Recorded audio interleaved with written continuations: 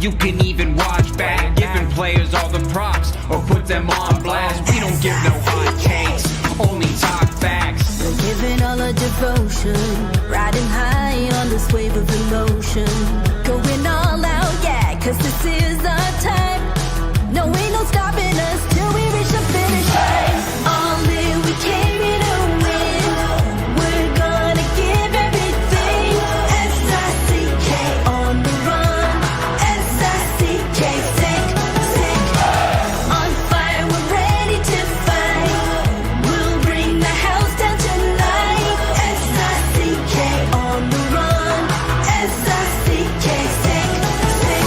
Play it on the car ride, play it when you lounge. X and O, you know that we can hold it down. Shout out to my man Sammy, got it off the ground. And to all the listeners tuned in right now, got debates, analysis, and speculation. This is sports talk for the new generation. You know where to find us, got a reputation. Sick podcast, your #1 sports destination. We're giving all our devotion, riding high on this wave of emotion. Going all out, yeah, cause this is our time. No, ain't no stopping us till we reach the finish line. All in, we came here to win. We're gonna give everything. S-I-C-K on the run. S-I-C-K, sick, sick. On fire, we're ready to fight. We'll bring the house down tonight. S-I-C-K on the run. S-I-C-K, sick, sick. S-I-C-K is the sickest podcast. Tune in for the audio, or you can even watch back. Giving players all the props or put them on blast. We don't give no hot takes, only talk back. S-I-C-K, S-I-C-K, S-I-C-K, S-I-C-K, S-I-C-K, S-I-C-K, S-I-C-K. all in, we came here to win. We're gonna give everything. S-I-C-K on the run. S-I-C-K, sick, sick. S-I-C-K is the sickest podcast. Tune in for the audio, or you can even watch back. Giving players all the props or put them on blast. We don't give no hot takes, only talk facts. We're giving all our devotion, riding high on this wave of emotion. Going all out, yeah, cause this is our time. No, ain't no stopping us till we reach the finish line. All in, we came here to win. We're gonna give everything. S-I-C-K on the run. S-I-C-K, sick, sick. On fire, we're ready to fight. We'll bring the house down tonight. S-I-C-K on the run. S-I-C-K, sick, sick. Play it on the car ride, play it when you lounge. X and O, you know that we can hold it down. Shout out to my man Sammy, got it off the ground. And to all the listeners tuned in right now, got debates, analysis, and speculation. This is sports talk for the new generation. You know where to find us, got a reputation. Sick podcast, your #1 sports destination. We're giving all our devotion, riding high on this wave of emotion. Going all out, yeah, cause this is our time. No, ain't no stopping us till we reach the finish line. All in, we came here to win. We're gonna give everything. S-I-C-K on the run. S-I-C-K, sick, sick. On fire, we're ready to fight. We'll bring the house down tonight. S-I-C-K on the run. S-I-C-K, sick, sick. S-I-C-K is the sickest podcast. Tune in for the audio, or you can even watch back. Giving players all the props or put them on blast. We don't give no hot takes, only talk back. S-I-C-K, S-I-C-K, S-I-C-K, S-I-C-K, S-I-C-K, S-I-C-K. Turn up your volume. Because you're about to listen to The Sick Podcast. The Eye Test with Pierre, McGuire, and Jimmy Murphy. The Stanley Cup winning Colorado Avalanche. And after 22 years, Raymond The sickest NHL podcast. It's gonna be sick. And welcome to another edition of the Eye Test here in the Sick Podcast Network. He is Pierre McGuire. I am Jimmy Murphy. Pierre, how are you, my friend? I'm good. I'm jacked up for this show. I'm pumped up. I watched the Montreal Canadiens last night and we got all energized. I know. That was a fun game. I was watching that and keeping an eye on the ALCS Game 7. Congratulations to our Toronto friends and Blue Jays fans. Before we get into that Montreal game last night, Pierre, I don't know if you saw, the Avalanche once again are going to be wearing their Nordiques jerseys. Mm-hmm. And it's created a dispute, a debate on Twitter and on the social platforms of whether teams that used to be another team should be wearing those jerseys, or is it rubbing it into the former fans? What's your take on that? I love it, to be honest. I'm so happy that Carolina wears the Hartford Whalers sweaters. Me too. I love it. You know, I'm a sucker. I love living in Hartford, Connecticut. I love working for Mr. Gordon. He was a great owner to me and my family. I thought the fans that I got to know there were phenomenal. Our team, the first 20 games I was there, we made big progress, and then we just decimated by injuries, but still had a great time. And I'm so glad that crest still lives, that logo is still alive. People care about it. I think it's the ultimate sign of flattery. You know, this is for those fans out there that are knocking the people in Colorado, because I haven't seen it. As you know, you're my social media person, but I hear about it. I remember when Jean Beliveau was still alive. Mm-hmm. Okay? Nobody wore number 4 better than Jean Beliveau in Montreal. Obviously, Bobby Orr in Boston was pretty legitimate. Like, I get it. Trust me, I get it. But in Montreal, where I grew up, nobody wore number 4 better, even though Guy Lafleur, when he played junior in Quebec, wore number 4 for the Ramparts. I remember when the Canadiens were eagerly trying to pursue Vinny Lecavalier to come play for them. Mm-hmm. And Jean Beliveau's number 4 was retired. Oh, yeah. And I remember clearly, now I don't know if he said it publicly, but I remember clearly, he said, it would be my honor to see him skating with number 4 as a Montreal Canadian. Wow. I don't remember that. That's amazing. And not only did he say it, his wife said it too. Wow. That's awesome. I never knew about that story. So if you can be that person and not really worry about the retired number part of it, why wouldn't you they're not rubbing anybody's face in it. Like, no, I knew Pierre Lacroix unbelievably well. Pierre Lacroix loved Quebec City. Yeah. His 2 boys played for us at St. Lawrence. Those kids loved everything about the province of Quebec. Yep. Yep. And furthermore, Pierre, you know, people have to remember that Joe Sakic is still a very big part of that organization, and he played in Quebec. And I saw him get interviewed about. They did a little promo on their Twitter feed, and then he was just talking about it. And do you think they had to go to him to be like, what do you think of this, before they actually do it? I'm sure they run it by him and like, how do you think this is going to be received? If he's not offended and he's still there, like, I just get it. People just like to complain. I love it. I love seeing all those old uniforms get brought back. I'm a sucker for nostalgia. And to me, that Quebec uniform, along with your old Whalers one, are one of the best uniforms in sports in my lifetime. I love the Nordique crest. I wasn't a Nordique fan. I was a Montreal Canadiens fan, right. But I still respected that organization. And you can ask anybody there, we would always go early to Quebec City if we could, so we could practice at the Colisée. Just going to say, you got to coach and practice in the Colisée. I did it up for a reason, out of respect. Yeah. I'm just telling you, I wish Chuck Caton was here now. We used to stay at Mark Tardif's Hotel. So everybody stayed downtown back in the day. They either stayed at the Lowe's or the Chateau Frontenac. We stayed there too. Please don't get me wrong. But when we had extra days, we would, not me, the team would. We would take our team to Mark Tardif's Hotel on Lac Beauport. Oh, that's awesome. Mark Tardif is a legendary hockey player for the Montreal Canadiens and the Quebec Nordiques. And the food was amazing. The burning fires. It was right on Lac Beauport. It was beautiful. It was beautiful. We would do that. Yeah. I'm telling you, and you know, Jimmy, I want a team in Quebec more than anybody. Yeah, I know. I don't think it can work there, but I still would want a team there. If I had a big enough checkbook, I would do everything in my power to get a team there. Yeah. They're not probably going to get one. But I know one thing.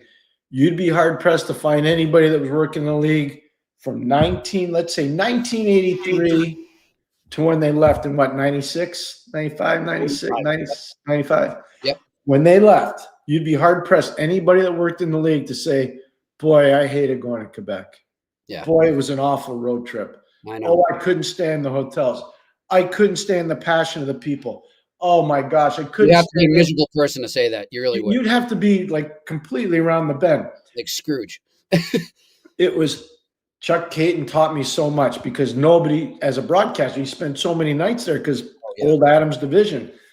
And once I got to Hartford, he called me one night, no cell phones. He said, "Hey, tomorrow we're going to breakfast early." I said, "I always go to breakfast early. Why is that?" "No, you're going my way." I'm like, "Okay, whatever." So I meet him in the lobby and we go in the taxi. I think we're going to the Colisée, like I heard Chuck said, "Bring me to the Colisée." Well, next door, I don't know, Jimmy, if you'd ever been there, but next door to the Colisée was the Hippodrome, the horse track. Yep. And so Chuck knew everybody there. And I said, "Where are you going?" He goes, "Follow me. We're going to breakfast." I thought we were going to horse breakfast. He bring me to a horse track. I don't go to horse tracks. Like, I don't. Let alone for breakfast. So we go in and we are sitting in a glassed-in, beautiful, grandstand, having amazing breakfast, watching the horses train. That's awesome. And I was hooked. Yeah. I didn't go to the racetrack to watch horse. I went to have breakfast. That's pretty cool. And it was so calming. I was like, this is exactly what I need because I was a crazed maniac. Yeah. Yeah, I'll tell you quickly, my only time to Colisée, Pierre, I never got to go for a Nordiques game, but I did make it, and you were there too, I think, at the 2008 World Championships. Was I ever there? I was broadcasting the event. And my first night there, Pierre, I don't know, I'm up there by myself, and there's some people I knew that I was going to meet for a couple of drinks the first night, but I'm walking to where I'm going to meet them, and I see it's going to kill me. You might know it. It's a little cigar bar. You have to walk downstairs, and it's underneath a big club. There's Dagobert. Well, the Dagobert is a big bar. Yeah, and it was underneath that. So Dagobert's there, but then you go underneath, and there's a little cigar bar there. So I walk underneath just to check it out, and who's sitting at the bar? It's Michel Goulet and Paul Stewart and I forget, it was a Russian player. Oh, Igor Larionov.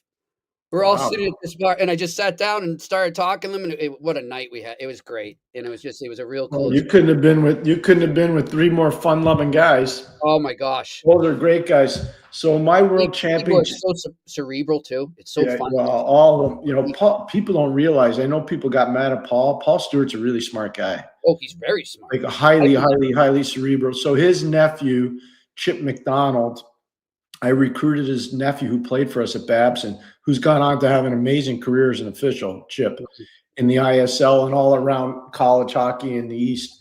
So he's really good. But I just want to tell you this one. This is good. Yep. I would say this about Quebec. Their fans are as passionate or more passionate than anybody's. They might be more knowledgeable than most fan bases. They might be. And while I know there's a big debate, whose hot dogs are better, Quebec City's or Montreal, I'm going to say I grew up in Montreal, so I like the hot dogs. But what I want to say, and this is kind of inside baseball, there was a gentleman by the name of Shaw, Mr. Shaw. He's a fireman in Quebec City. Mm-hmm. And he would bring you the hot dogs, but he would bring them before the game in the coach's office. Oh gosh. And it was unfair. It was almost like it was a home field advantage because he's trying to get you off your game. Going through the locker. He's trying to distract you. He's trying to distract you. That's great. That's and then good. The other thing I remember the most, you get the hot dogs, and then on the off day. So remember, I told you we used to go there and practice. Yeah. You come back in your coach's office, and you don't expect it, but there's this big can, and you're like, what the heck's in the can? The first time you go in there, you're like, I was in Pittsburgh the first time. I was like, what's in the can? You walked in and it's full of beer, and it was Dow, DOW, which is a brewery that used to own part of the Nordiques back in the day. Oh, wow. And so, you just got off probably, I don't know, 2:30, 3 o'clock. You get off the ice, you're full of sweat because back then you actually skated with the players and you worked with them. And you'd be like, this is good. So then I tell our trainer, Bud Gavay, I say, hey, Bud, you got to go find Charlie, Chuck Caton. Tell Charlie to come on in here. That's great. Oh, See, the best times ever. Like, So- Chuck had so many good days in Quebec. there you go. So what we just did, and that was a good 12 minutes. We just spoke about Quebec memories. That's what that jersey just did. It brought back nostalgia. It created conversation. That's why I have no problem with them wearing it. So there you go. So this is another one. Not that it's a hockey related one, but when I was a little boy, like we would travel from Montreal to Montreal, Quebec. That's where my grandmother was from and all her family. And that's where my grandparents had a home there, right on the St. Lawrence River. And we would drive. And back in those days, they weren't all the highways they got now. It probably was a 7.5 or 8 hour drive. And, my mom, she was doing this with 4 kids. Wow. And, my dad wasn't around. He was working. So I noticed there were places, sometimes she'd pull over in Quebec City or just outside. Sometimes she'd pull over at Rivière du Loup, like all these different towns. And that's when my first exposure really was to Quebec. Then I was a kid. I was like 4 and 5 years old. Those pit stops are the best. And you start to remember. And then I'd go back recruiting, and I would drive through there because I go to the Maritimes a Go lot. through the queue. Yeah. Yeah, and you go, and so and then you start scouting NHL, and you're like, this is amazing, And I never had and then I get to watch my kid play in the Quebec Pee Wee tournament there. Oh yeah. So it's. There's a lot of. I'm a big Quebec City guy, so I apologize for those that aren't, but I am. But I think it's totally respectful that they're wearing their sweaters in Colorado. Totally respectful. I agree. All right. Back to their team that they used to be a rival with, the Montreal Canadiens, Pierre. As I was saying to you earlier, driving around, running some errands, and we were talking on the phone, I said, Pierre, I don't think, they haven't had 2 straight losses yet, right? They've only had a loss, but then they answer it with a win. And then I was trying to remember, what do you consider a losing streak? And I was talking about how Claude Julien used to talk to me about that. You get to 3 or maybe 4, and maybe you can tell our listeners and viewers what it's like for a coach where you start to worry. But right now, it's a good sign that they've been able to answer each loss with a win, and not just a win, a performance where, to me, they bought into what their coach said. You need to do this better, you need to do that better, X, Y, and Z, and they executed it. How about the subtle messaging from the coach? I talked about this with Tony and Max Pierre last night on our post-game show.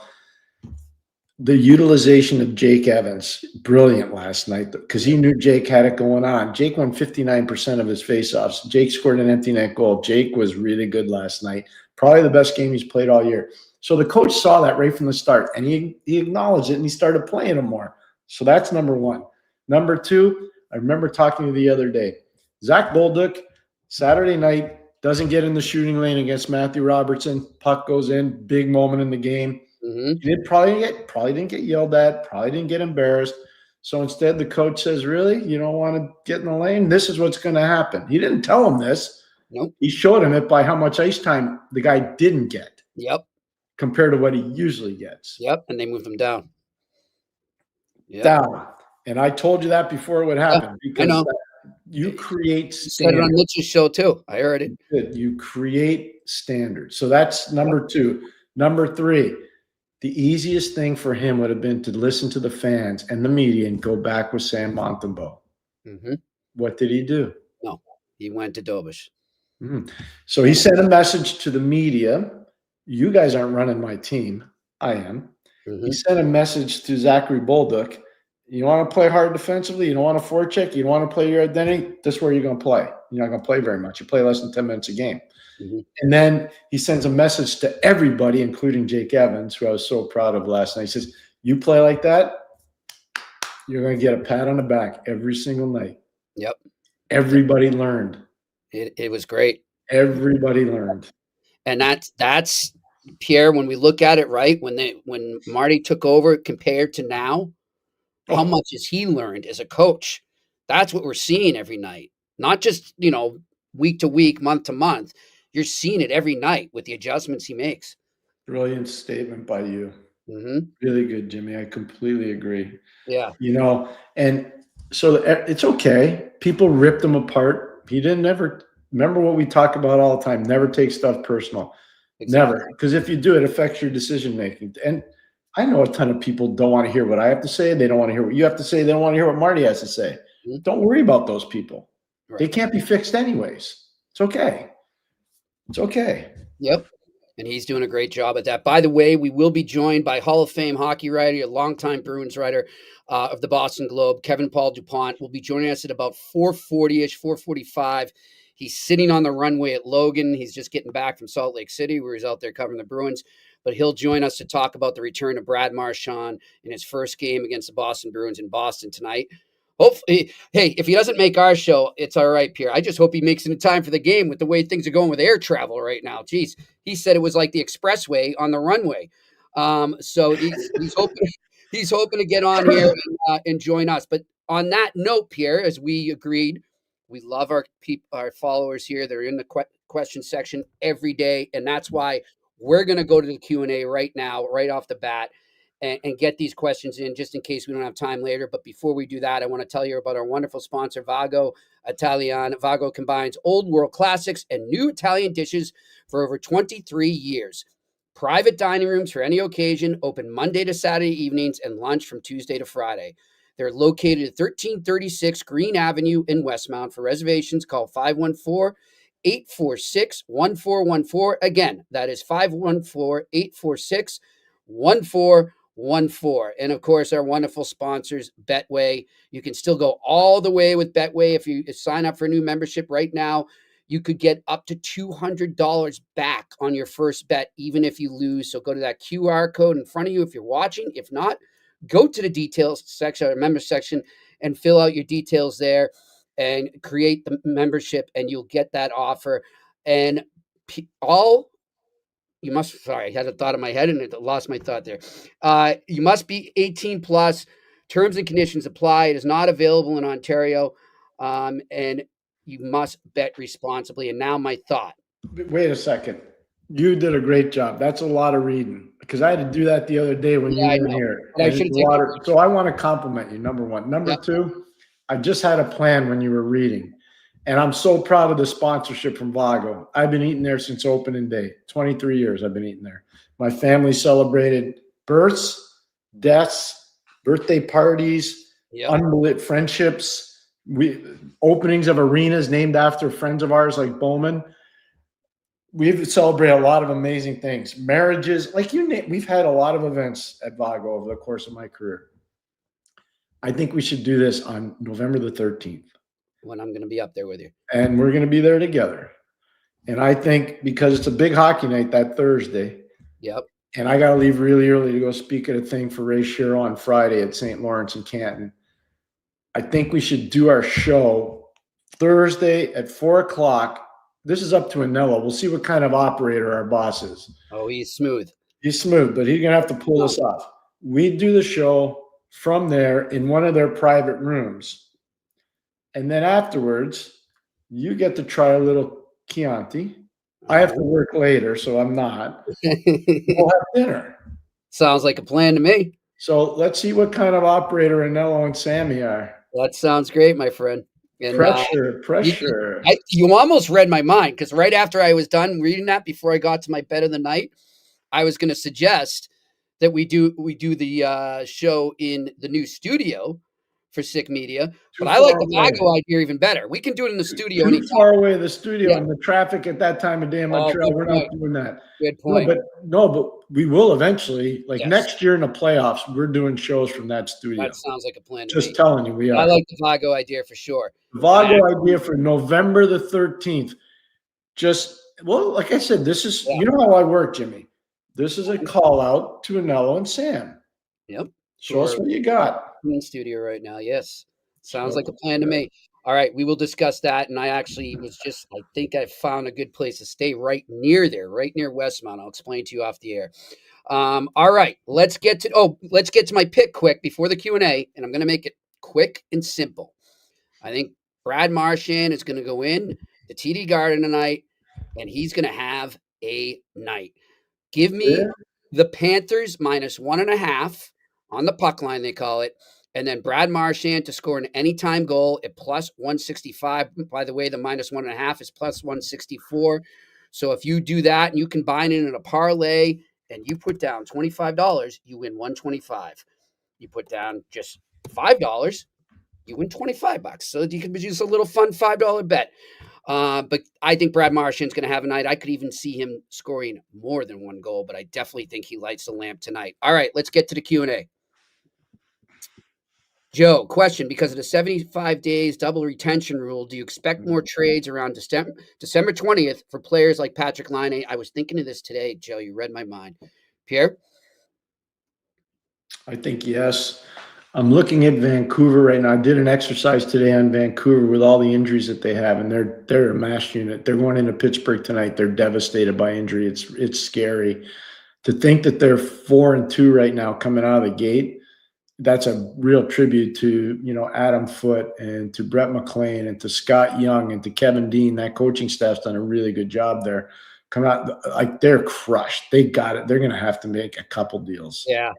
They're just wiped There's out. a lot of reports today, but it's not really new news. They were doing it in the offseason period, but there were a lot of reports circulating. They're trying to get a center. Well, yeah, they have to, especially with poor Filipino. My goodness. Gosh, man. Yeah, it's just tough. He's 20. You know what people forget because he's been in the league so long? He's 26. It's not like he's 36. He's 26. He's a kid. And if it goes at this rate, he might not make it to 28 in this league. No, he's gonna have a hard time. Yeah. So yeah, we agree with you, Joe. I think there will be too. I think that player, I don't want to mention it now, Pierre, but you know what I'm talking about. We were speaking about him on the phone. Another center. That might be something that might have to happen a little earlier if it's going to happen. Well, especially after what I've seen the last couple times that he played. We're not going to put his name out there. We're not putting his team out there, but no, the team or the name we're not doing. But if you're looking at players that have big salaries that would need the other team, that want teams that want to acquire him, and they need the other team to eat some of it. That's a great point by Joe there. It might have to happen. Really good. I like what Joe said. And the more I think about it, especially about this one player that we talked about, man, that's a fit for a bunch of teams. That's a fit. Okay. All right, next question. Sound the siren. Hey, guys, Nashville doesn't appear to be off to a great start. What's your assessment? And could we start seeing them possibly unloading a player like Ryan O'Reilly, who I think Carolina could use? Interesting. I think Nashville's kind of been on an okay start, to be fair. Better than last year. Yeah, I mean, I think they're way better than last year. Saros has been good. You got to see what they got. They don't have much key positions, especially on the back end. They're just not overly deep. They're not going to get a lot of deep scoring from their forward lines either. So they're a work in progress. They got some good players in Milwaukee. I'll tell you that right now, they do. They got some good players in Milwaukee. With O'Reilly, I don't know. It depends if Ryan O'Reilly wants to be traded. Yeah, he might be at that point. He might just comfortable. Yeah, we'll see. All right, next question. C-Moke, what's up, man? Pierre, as a coach, how would you try to stop Vegas power play? They can beat you in so many different ways, and man, they're good, and have so many weapons. To me, they are the favorite in the West to go to the Cup. We agree, C-Moke. We agree. Jimmy and I both had Vegas getting to the Stanley Cup final before the season started. The way I would try to defend them is I would be really aggressive up ice. Really aggressive. I would make it hard for them to get into my zone. I don't want them comfortable. It's too easy. If you watch what goes on with their power play, they gain the zone because Eichel's such a good carrier of the puck. Even when Hurdle's on there, like they got all these guys that get Shea Theodore. They got all these guys that can handle Barbashev. They get in Mitchell Marner. It never ends. William Karlsson. They got all these guys that can penetrate your zone. I'd make it hard for them. Don't make it easy for them to get in and get set up. And if you do, if you're aggressive like that, you can potentially frustrate them, get them out of the rhythm. That's what I would try to do initially is up ice pressure. Keep pressuring up ice. But easier said than done with them right now. Oh, yeah, way easier. But if you were to ask me the best scheme, that's probably the best scheme. All right, go on. What do we got? Juice _031017. Pierre, when was the last time you watched a Canadiens team this exciting? So I thought, you know what, I love it when Juice sends us these good questions. So I was thinking about something along those lines last night after I was done with Max and Tony. And it comes down to Alain Vigneault's first year in Montreal. They made the playoffs that year and they beat Pittsburgh. Yep. And in the first round. And that was a fun team. That was a really fun team to be around. I remember one night I think we were in St. Louis for 2 nights, and the fellas invited me out for dinner. You know, Koivu and Savage and Recchi. It was a cool night. It was really fun. I think Quintal was there. And we went to Deerdorf and Hart's, which is a really famous steak place in St. Louis. Danny Deerdorf, the announcer and the great player, Hall of Fame player, and Hart, the old quarterback for the St. Louis Cardinals. We went to their place. It was good. And those guys were having so much fun that year playing. It was really a cool night. I won't forget that for a while. It was really, really cool. All right, next question. MGO back to back. I loved it. Last week he sent me one of these. It was good. Yeah, okay. I don't remember this one. You weren't there that night. Okay. Is it a possibility the Wings find a legit partner for Seider to solidify the top 4? It's a glaring hole in my opinion. I think eventually. I think right now they're enjoying what they're doing. You know, after going down 0-1 and now they've won 5 straight, and I'm telling you, I've seen Dylan Larkin play for a long time, Jimmy. He's playing so well right now with Emmett Finney and Raymond. It's awesome to watch, man. He's playing, Pierre. Do you remember? Was it 2 years ago? Or was it last year when he was on a mission like this? Like he was on a roll, and then he got hurt, and then they just went. Well, that's when they missed the playoffs. Yeah. Well, they missed playoffs there, yeah, but I'm trying to remember which. It was 2 years ago. It was 2 years ago. Because I remember you saying like that allowed Washington to get in. Exactly. Yeah. Pittsburgh gagged on it. They lost to Chicago and Columbus. Washington went on a run, and Detroit gagged on it because of Larkin being hurt. He was out for like 16 or 17 days. Like he might have been, I don't know, maybe I'm exaggerating, but he might have been in a hard conversation that year if he had stayed healthy and they made it. He keeps Jimmy. I'm telling you, you're not wrong on this right now. This year, I can't go back that far. Too many games. This year, I'm just telling you, he's in that thing now. Yeah. That doesn't mean he's going to be there at the end of the year. Not early, but he's in that thing now. He's playing really well. I've never seen a kid play this well, honest to goodness. When your captain plays like that, that's the best. But I love seeing him be happy. Can you imagine? Like, you've been a member of the Red Wings your whole professional career, and it's always like, no playoffs again. No. For a franchise that went like 25 straight years. Never played a playoff in Little Caesars. It's just, think about it. Think about it. And by the way, for those that haven't been there, and I don't get paid by the Red Wings, okay? I got friends that are there, but I don't get paid by them. That building's awesome. You gotta, if you're a hockey fan and you can make the pilgrimage to Little Caesars Arena, go there early and walk around the corridor, the first floor corridor. It is such a testament to Michigan sports, Detroit sports, social rights. It's a spectacular place. They've done such a good job with that place. Really good. Good stuff. By the way, just got a text from Dubes. He's still not out of the plane. He says, sorry. No, Jimmy, he's not going to I told him it's okay. He said he'll try to join us tomorrow. He's getting fined. Don't worry. Not his fault. It's the airlines. That's no excuse when you're fining guys. Sorry. Well, we are in a government shutdown. We'll give him a little. Hey, Pierre, I'm telling you, like, where did you take me before you went to Ireland? Was it legal? Seafood? Yeah. I'm going there before the flight to Ireland this time to just relax because I am not looking forward to flying. I'll tell you that. You know I'm going over on Monday, right? Yes, I do. On Monday. So I'll be doing the show late at night with you. That's right. We're going to coordinate those times. And we're getting you a meeting set. You're going to go to the distillery, to McConnell's Distillery. I know. The only thing I can assure you is I can't wait to get there. And I'm doing a little warm up. My daughter's visiting because she, lives and works over in Europe. So she's visiting with us now. And she says, Dad, there's this great show you got to watch. It's called Guinness, the House of Guinness. So I've started watching it in preparation for some of our meetings that you and I go to when we're there. Yep.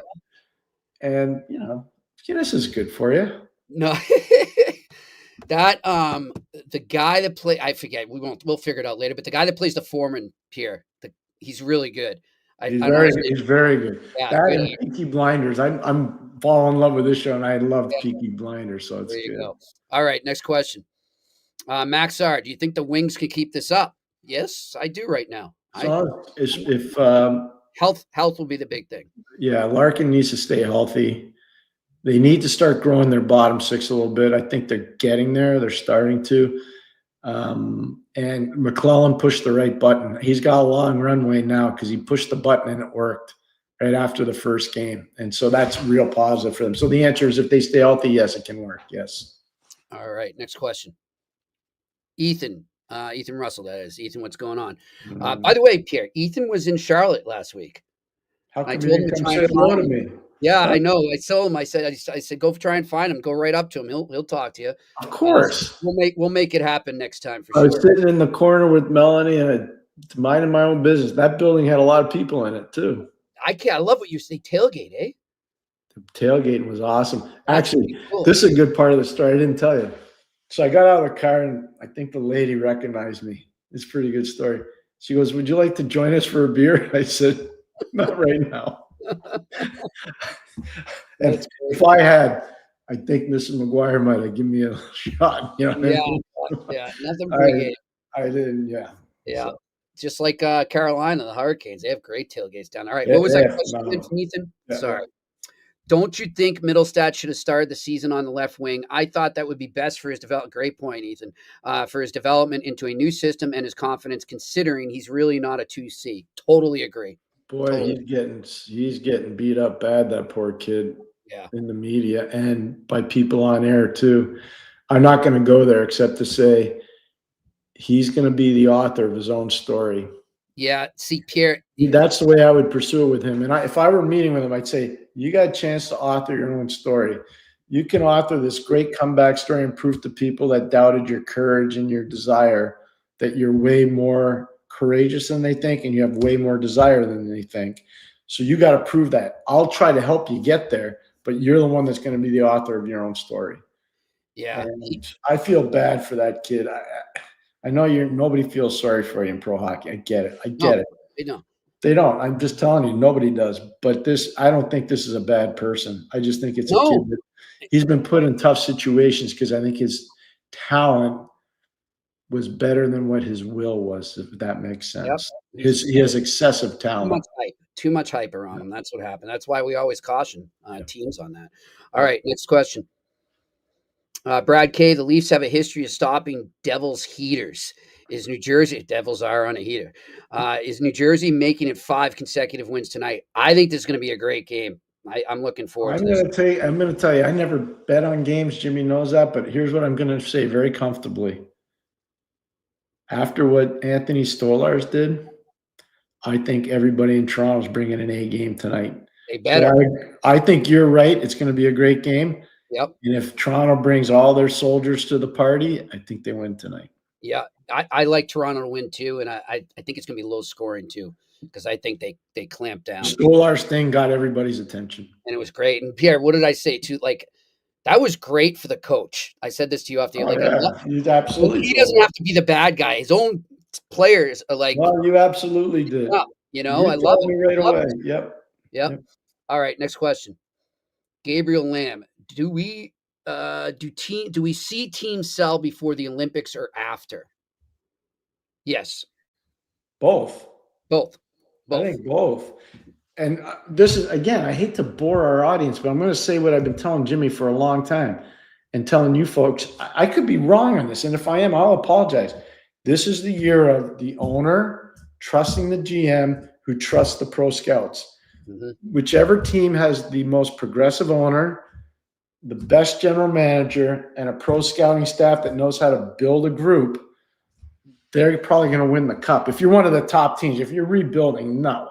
But if you're one of the top teams, you're going to have to be proactive at some point this season. And that comes down to the owner approving budget, the general manager having the vision for team building, and the pro scouts not making a mistake when they're evaluating players. I've never seen a year like this. Managers listening to those pro scouts, Pierre, too. Jimmy, we've never seen so many imperfect teams. Every team has at least one fundamental flaw and maybe more. Agreed. All right, next question. Ryan B. Pierre, Philip Deneau is under contract with the Kings until the end of next season. However, do you think it's a possibility the Habs would be interested in a reunion? I don't think so. I don't either. I get the And it's question. not a knock on Phil. I get the question. I'm a big Phil fan. When he came from Chicago to Montreal, I endorsed the deal unbelievably. I'm a huge Phil fan. Here, That being said, well, I'm just putting myself in the Kings' shoes, Pierre. They're getting slim up the middle there. You got Kopitar now, and then you Yeah. trade Deneau. Like, I get Byfield's there, but come on. Yeah, I mean, you're getting thin up the middle. So, I agree. all right, next question. A to Z me. Habs called up Waugh and sent down Beck. We might see an all Quebec line. Waugh, Veleno, Bolduc. What would you call that line? Les gars de chez nous.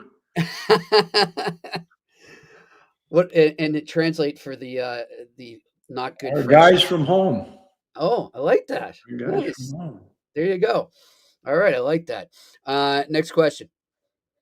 Perlo Wisdom, do you think the Islanders start to concede to a rebuild and make it public that it is the direction if things keep going the way they seem to be? They should. But I'm going to say this right now. If I were a Long Island person, any game that that Schneider's playing in, you mean Schaefer? Schaefer, Matthew Schneider, thank you. It's okay. Matthew Schaefer. Any game he's playing in, I'm going to watch. He's awesome. He's magnificent. He's so fun to watch. He is. I can't believe he just turned 18. Yeah. I mean, I've seen a lot of really good young players, a lot of really good ones. This guy's right up there. And see, Pierre, how and we stand by it. We were critical of them with the way they were overhyping that team coming into the season. Okay, that's done. You can't go back and change that. But what you can change is the narrative going forward. That should be the narrative now. Come watch him, enjoy him, get people's minds off the wins and losses and get it focused on just enjoying this kid grow. That's it. He's really special. And I'm not going to say who I spoke to, but somebody that I really trust on Ontario Hockey League players. They got some guys that are really starting to amp it up there, especially in Barrie with Aitchison. So they got some good stuff going on. The Islanders do. It's down the road. It's not this year. It's just down the road. If you guys can, A to Z me, if you can pull it up. I met Matthew Schneider at a McDonald's a long, long time ago. He had about 10 kids with him. Incredible person.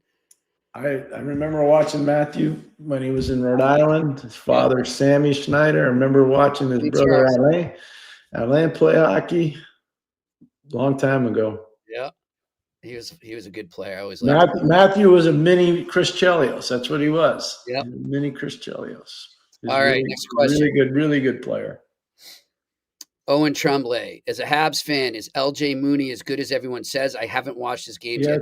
I had a tough weekend last weekend, but it doesn't mean he's not a good player. He's a good player, but he's small.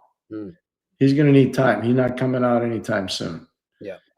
I don't know if he's on the U.S. World Junior team or not. We'll see. We'll see how that plays out. Okay. Next question. Joel Kravitz. What's up, Joel? Pierre, I was very impressed by defenseman Mark Delgaizo in the preseason games. He's going to surprise people if given the time. What do you say? And he's up tonight. He's been called up. So we've talked about Delgaizo before they got him. He's a New Jersey kid that played at University of Massachusetts at Amherst. He played for a good friend of Jimmy's and mine, Greg Carville. Watched him play with Nashville and also with that Milwaukee Admirals. He had a very good camp for Montreal. He's a big kind of stay at home, but with a little bit of offense to him. Good first pass defenseman. Can play left to right side. Good player. Good player. All right, next question. Big guy. Hi, J&P, Jimmy and Pierre. Yesterday's prime broadcast on Sabres versus Habs. Shouldn't the broadcasters be neutral or bipartisan when calling the game? Big guy, did you feel they were in favor of the Habs or the Sabres? Because I didn't feel a partisanship one way or the other, but if you felt it, I'm just wondering which way you thought. I didn't watch their feed. I watched Rob Ray's feed with Dan Dunleavy. I watched that feed, and Marty Biron, Brian Duff in the studio. I watched that feed. Yeah. I'll always watch Buffalo. Marty Braun's great. But I like Buffalo Feet because I love the fans there.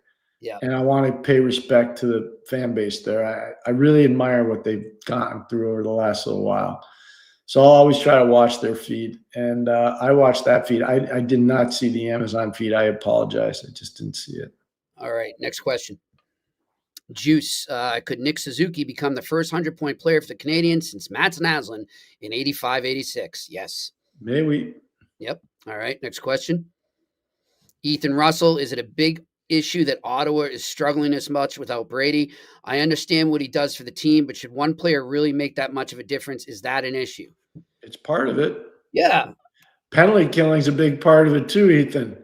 They refuse to change. They're going to keep playing the diamond penalty kill till it hits them right in the face. And every game, they're giving up at least one power play goal, if not more. Yeah. You know, and I watched their game the other day when they lost to the Islanders. Mm-hmm. They had no desire to play as a group. No. This was all, and so I know Brady. All I'll tell you is, if Brady's on the bench, that stuff's not going on. Yeah. Like when they were in Buffalo and they lost 8-4, that stuff's not going on. Calm them down, regroup. I don't know about calm them down, but Oh yeah, he'd give him a tongue lashing, but he'd say, yeah, but that stuff's not going on. And if it is, I guarantee after the period's over, it's definitely not going on. yeah. I would say too, looking at that game tonight with Edmonton and the way Ottawa's playing team defense wide, this might be just what Connor McDavid needs to get his first goal. This might be what Edmonton's not exactly ripping it up team defense wise either, by the way. That might be a good over game. All right, next question. Woo.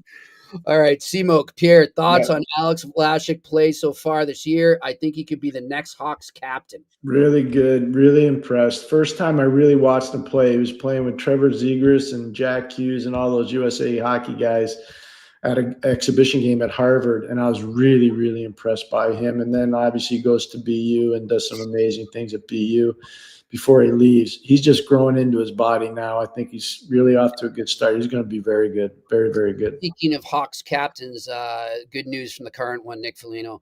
His daughter had successful surgery and she's home now, so that's good to hear. All right, next question. Max R., who are some one-hit wonders in the NHL that you can think of? A guy that scored a lot one year and could never repeat it. The first thing that came to my mind, Pierre, and it wasn't the regular season, it was a playoffs, John Druce. Washington Capitals. Johnny Druce, number 19. I'm going to say Warren Young. Warren Young. Ooh. He scored all those goals with Mario, over 40.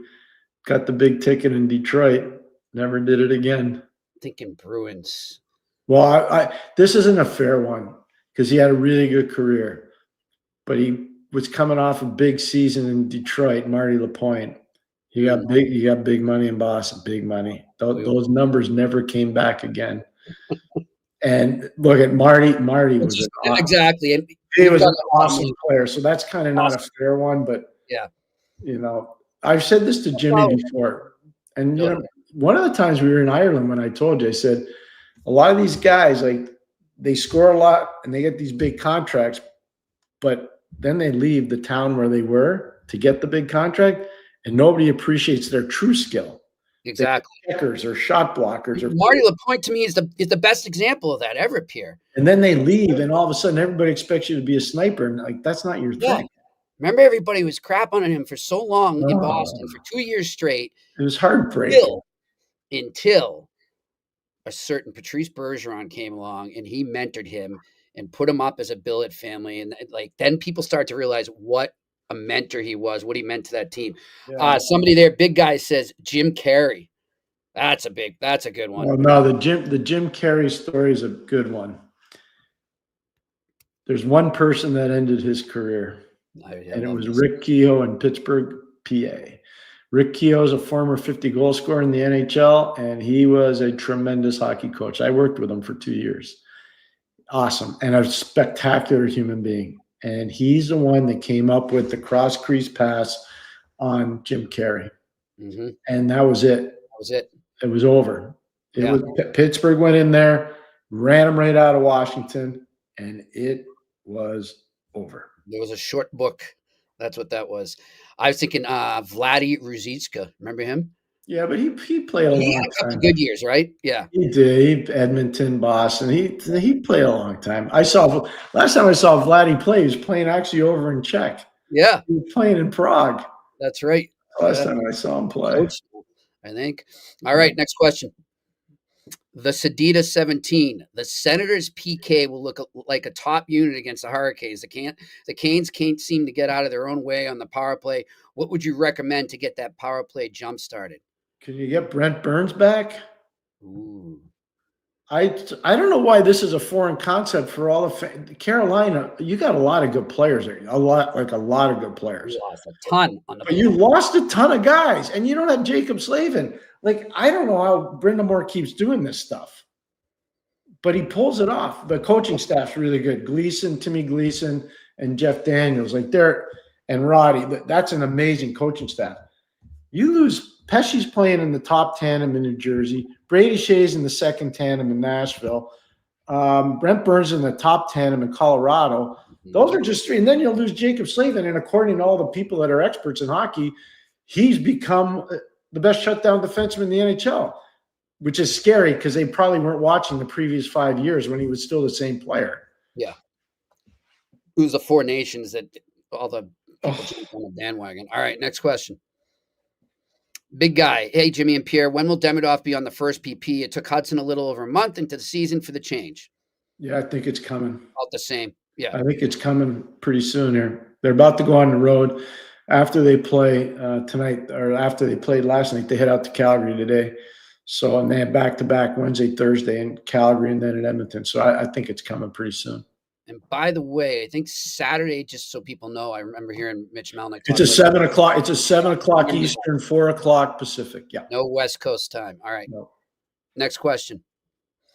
Gabriel Lamb, if Ottawa misses the playoffs, would they fire Travis Green or put this on the Brady injury? I don't think they're firing Travis. The ownership is plugged into Travis, and this is not on Travis. No.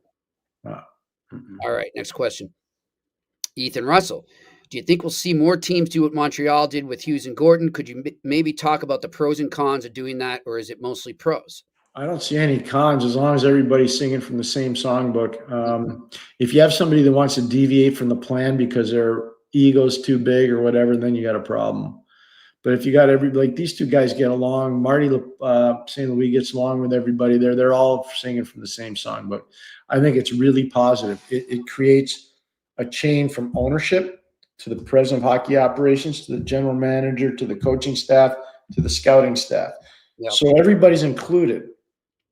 And one of the worst things in hockey is when you think that you're so good that you're exclusive rather than inclusive. Yep. One of the things that I love about this show, Jimmy and I talk probably 2 to 3, maybe 4 times a day. Hey, Jimmy has ideas. I have ideas. But we listen to each other's ideas. And some of mine stink. And some of mine, most of them stink. And some of his are really good. And we try to implement them. Yeah. No, we do. Yeah. And so that's what I love. I'm always excited to do this show because I love the prep for it. Yep. And too, I think you taught me this too, Pierre. Always surround yourself with people that aren't afraid to say no to you, that aren't afraid to dispute you or, say, hey, well, maybe no, we should look the other way at this. And all the teams, when a GM just wants yes men around them, it doesn't work. No. Never works. Nope.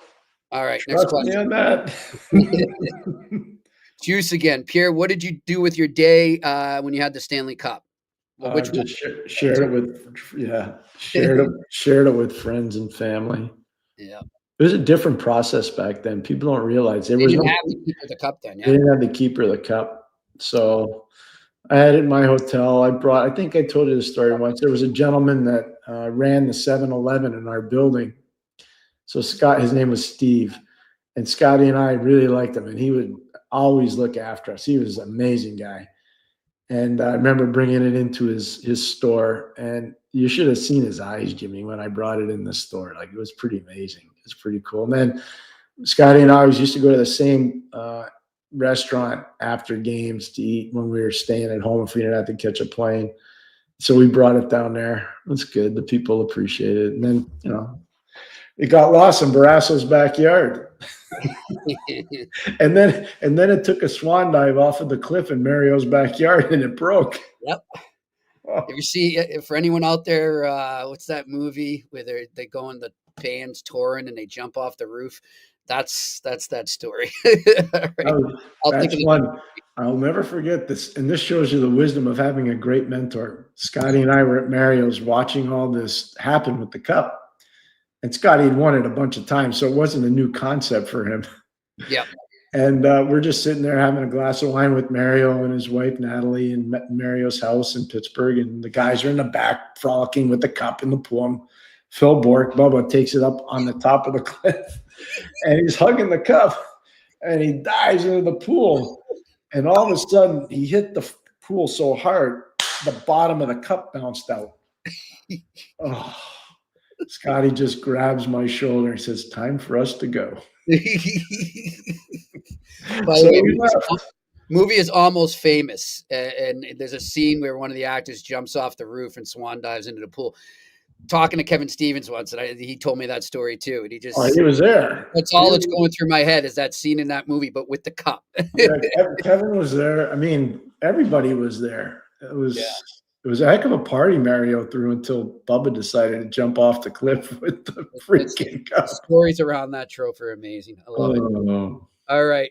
Next question. What do we got? Gabriel Lamb. Is it possible that we see John Tortorella behind the bench again? He doesn't get hired by a GM. He gets hired by an owner.